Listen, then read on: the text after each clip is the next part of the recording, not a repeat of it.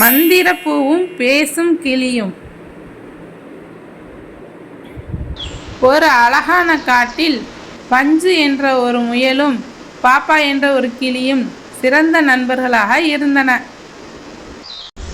ஒரு நாள் அவை காட்டின் நடுவில் ஒரு வித்தியாசமான ஜொலிக்கும் ஊதா நிற மந்திரப்பூவை பார்த்தன.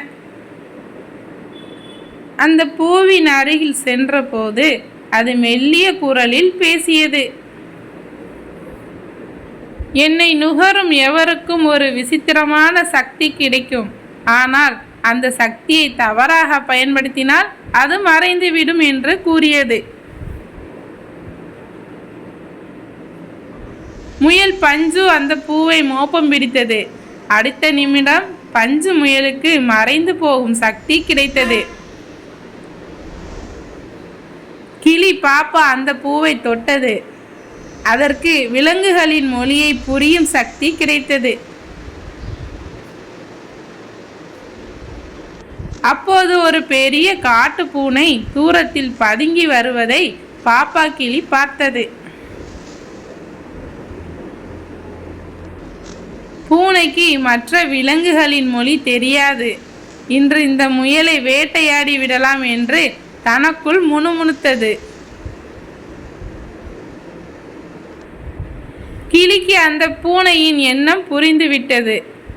உடனே கிளி மறைந்திருக்கும் தன் நண்பன் பஞ்சுவிடம் ரகசியமாக சொன்னது. பஞ்சு, பூனை இடது பக்கம் வருகிறது, நீ வலது பக்கம் மெதுவாக நகர்ந்து ஓடிவிடு என்று கூறியது. மறைந்து போயிருந்த பஞ்சு முயல் பூனையின் காலடியில் ஒரு சிறிய குச்சியை வைத்து தட்டிவிட்டது. பூனை தடுமாறி கீழே விழுந்தது. அதற்குள் பஞ்சுவும் கிளியும் பாதுகாப்பான இடத்திற்கு சென்றன.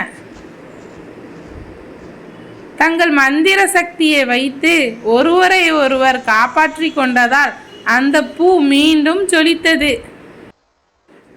உங்கள் நட்பு உண்மையானது, அதனால் இந்த சக்தி உங்களுடனேயே இருக்கும் என்று அந்த மந்திரப்பூ கூறியது.